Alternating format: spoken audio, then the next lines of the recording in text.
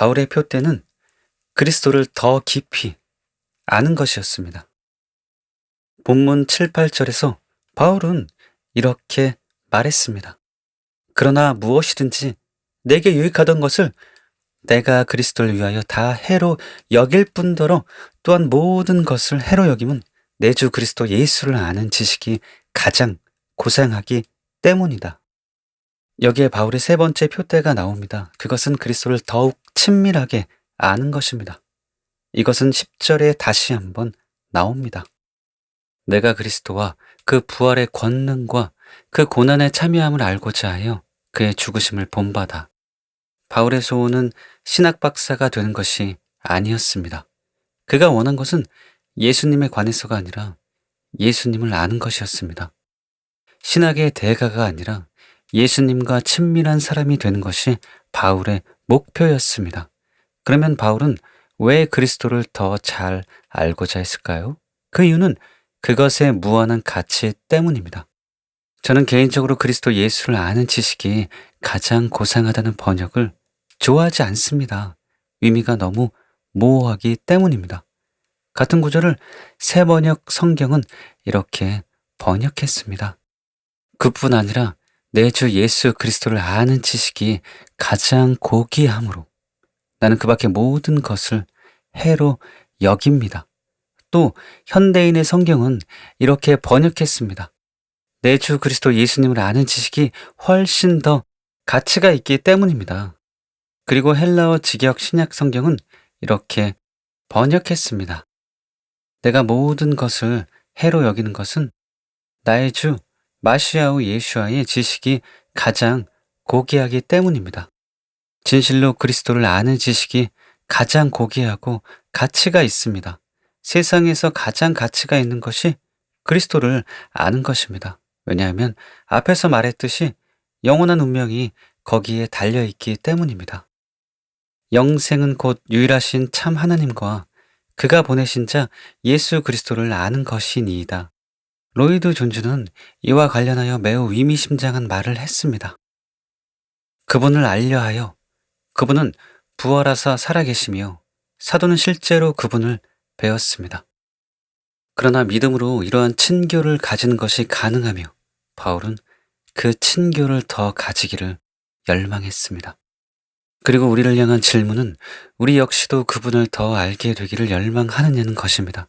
제 생각에 그리스도인인 우리 모두의 관심사가 되어야 하는 것은 그 한 가지라고 여겨집니다.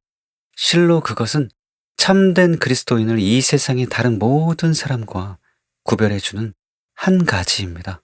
사람은 누구나 어떤 것을 바랍니다. 어떤 것을 소유하기를 갈망하는 것입니다. 여러분과 저는 온갖 종류의 야망을 가질 수 있습니다. 이제 제시할 수 있는 사실은 그리스도인은 다음과 같이 말하는 사람이 아니라는 것입니다. 다른 무엇보다 내가 바라는 것은 그분을 더 잘 알게 되는 것입니다. 그리고 그것을 생각할 때 다른 모든 것은 상대적으로 중요하지 않습니다. 내 모든 소유를 팔고 이제까지 얻은 모든 것을 포기함으로써 더 깊은 지식, 더 참된 이해, 더 친밀한 교제를 가질 수 있다면 나는 기쁘게 그렇게 하고자 합니다. 이것이 시금석입니다. 이것은 바울의 체험인 동시에 우리 각자의 체험이 되어야 합니다. 구원뿐 아니라 영적 성장과 변화도 바로 주님을 아는 것에 달려 있습니다. 이것은 베드로후서에 잘 나타나 있습니다. 하나님과 우리 주 예수를 알므로 은혜와 평강이 너희에게 더욱 많을지어다. 이처럼 예수님을 알 때 은혜와 평강이 넘치게 됩니다. 진짜 은혜는 예수님과 깊이 교제할 때 주어집니다. 그때 주어지는 은혜는 다름 아닌 하나님 말씀대로 살 수 있는 능력입니다. 그러므로 예수님을 아는 것이 말씀대로 살 수 있는 비결입니다. 다음 구절을 계속해서 보겠습니다.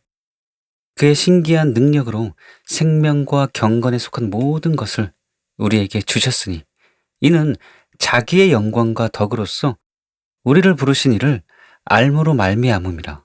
이로써 그 보배롭고 지극히 큰 약속을 우리에게 주사 이 약속으로 말미암아 너희가 정욕 때문에 세상에서 썩어질 것을 피하여 신성한 성품에 참여하는 자가 되게 하려 하셨느니라. 그러므로 너희가 더욱 힘써 너희 믿음의 덕을, 덕의 지식을, 지식의 절제를, 절제의 인내를, 인내의 경건을, 경건의 형제 우애를, 형제 우애에 사랑을 더하라. 여기서 주목할 부분은 이는 자기의 영광과 덕으로서 우리를 부르신 자를 알므로 말미암음이라는 부분입니다.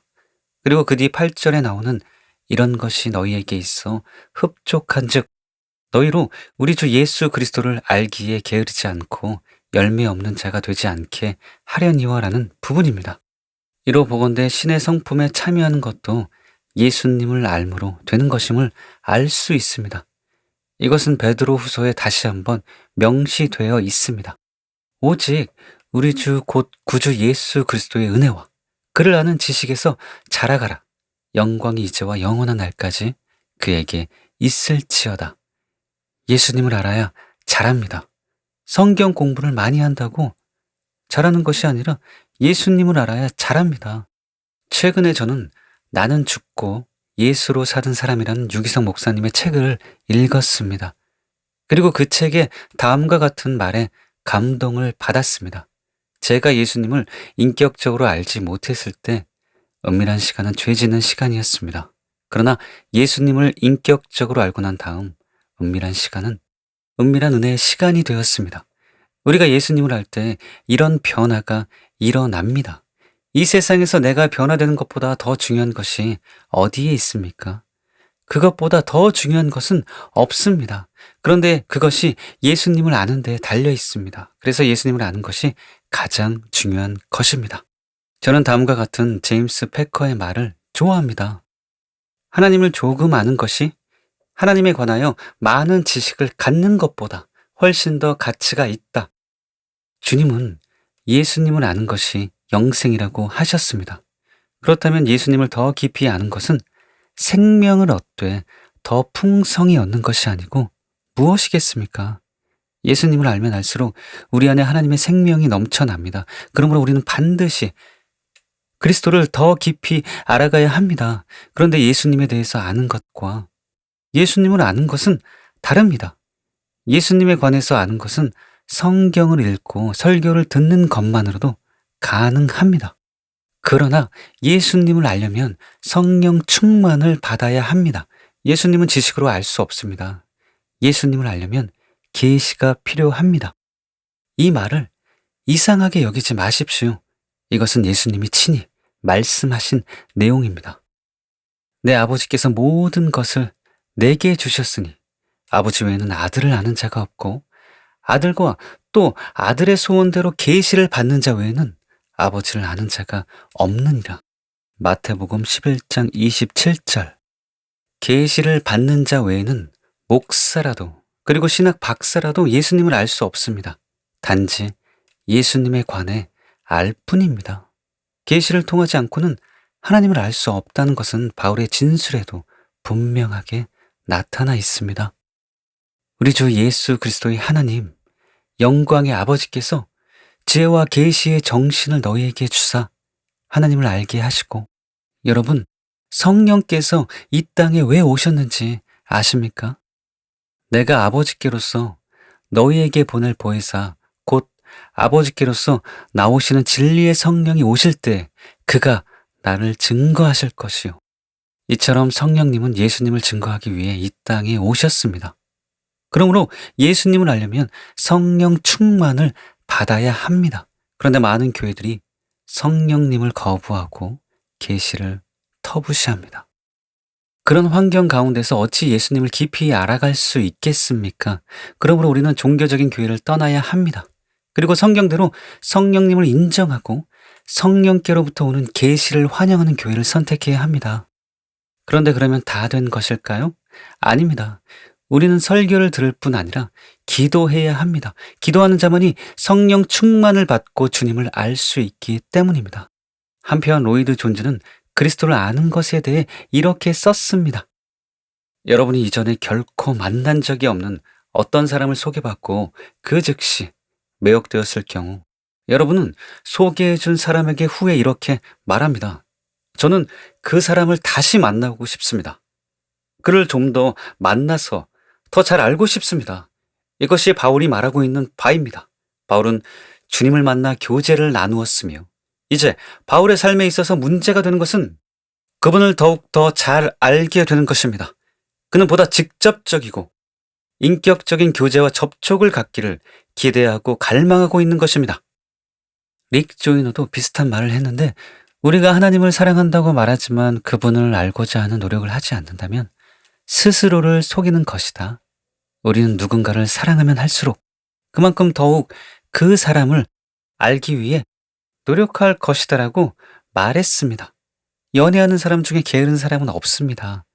그리고 더럽게 하고 나타나는 사람도 없습니다. 연애하는 사람들을 보면 상대방을 더 알기 위해서 얼마나 열심인지 모릅니다. 그런데 주님에 대한 우리의 마음이 그러해야 합니다. 마음이 주님을 향해 불타올라야 합니다. 그것이 주님이 원하시는 것입니다.